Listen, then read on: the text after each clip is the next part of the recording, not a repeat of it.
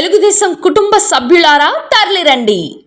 27, 28, 29వ తేదీల్లో కడప జిల్లా పబ్బాపురంలో జరిగే రాష్ట్ర మహానాడు పండుగకు కదలిరండి.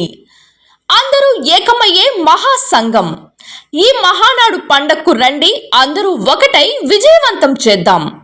మీ శ్రీ వేమిరెడ్డి ప్రభాకర్ రెడ్డి గారు, నెల్లూరు పార్లమెంట్ సభ్యులు, మరియు శ్రీమతి వేమిరెడ్డి ప్రశాంతి రెడ్డి గారు, కోవూరు శాసనసభ్యులు. జై మహానాడు, జై చంద్రబాబు.